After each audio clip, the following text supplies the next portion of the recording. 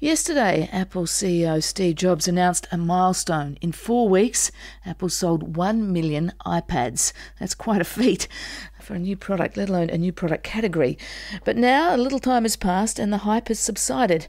Some and the critics are starting to emerge. It's inevitable, really. It turns out the iPad, like the iPhone before it, deliberately does not support Adobe Flash, a technology widely used on the web for playing video.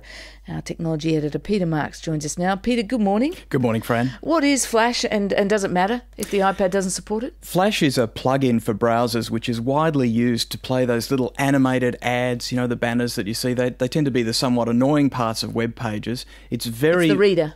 No, it's a plug-in. It sits inside your web page browser and it plays animations. Now, as you said, it's become widely used to play video. It was used by YouTube, and many sites like media sites are using it to play video on the web pages because it is installed in most browsers. But Apple has said no, we're not allowing it on the iPad, we're not allowing it on the iPhone. They claim that it's buggy, that it uses a lot of the computer power, which means the battery life is short, and it's not a web standard because the web has moved on and there's other ways of playing video now. Is Apple going to get into trouble for this? I'm remembering Microsoft years ago trying to shut out all non-Microsoft web browsers from their Windows platform, and they got into trouble. Exactly, and expensive trouble, if I recall. And they're still paying the penalty, of course, in the EU. Yes, in 1995, Microsoft effectively killed off the commercial browser business, then dominated by Netscape Navigator, by giving away Internet Explorer for free with every copy of Windows. And they relied on the fact that many users never changed the default browser, they never even changed the default homepage. This is changing, and for the first time this week,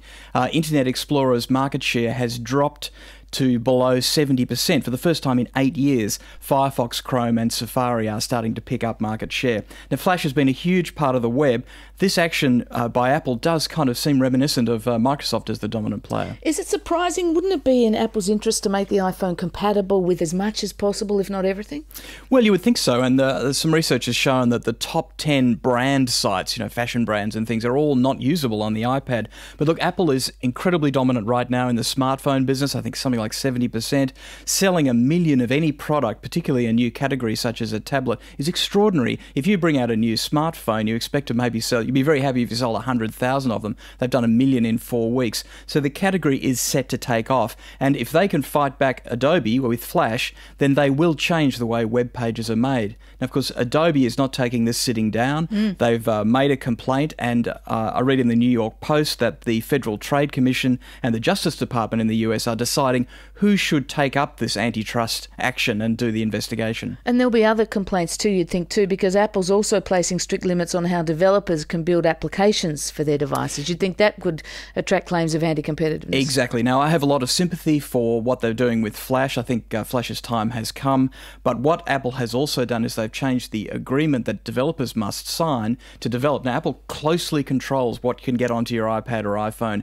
All applications have to come through Apple's store. What they said is developers must use Apple tools. It means they can't use, say, Flash or Adobe technologies to make one application that runs on multiple platforms, such as Android and possible future Microsoft platforms.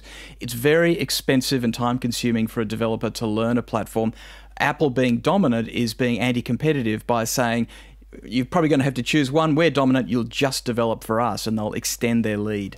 And what about the iPhone? Incredibly successful too. A next version is coming. We know that because, of course, it got left behind at a bar, apparently accidentally released ahead of the launch. Is that true, or is this just a viral marketing campaign? It's true. It's true. Are you sure? Apple tightly controls next versions of products, so often when they're announced, they're a complete surprise. We knew almost nothing about the iPad before it was announced. Yes, apparently a young Apple staffer was drinking on his birthday in a bar in California, and he inadvertently left behind the next generation iPhone on the bar stool. It was found by another drinker at the bar who sold it to the Gizmodo blog for $5,000, and Apple eventually requested it back. So I think in that sense we know that it's real. Interesting features: a front-facing camera, which you could use for video conferencing, a high-res screen, less electronics and more battery. We probably won't see it till around the middle of the year, June or July. I still think you're gullible if you think that was accidental, left it behind on a bar stool and it wound up at Gizmodo for just $5,000. Well, it was his birthday. I mean, who can blame the guy? You believe that? You believe anything, I reckon. That's Peter Marks, our technology editor. Pete, we'll talk to you again in a fortnight. Thanks very much. It's 8:25 on RM Breakfast.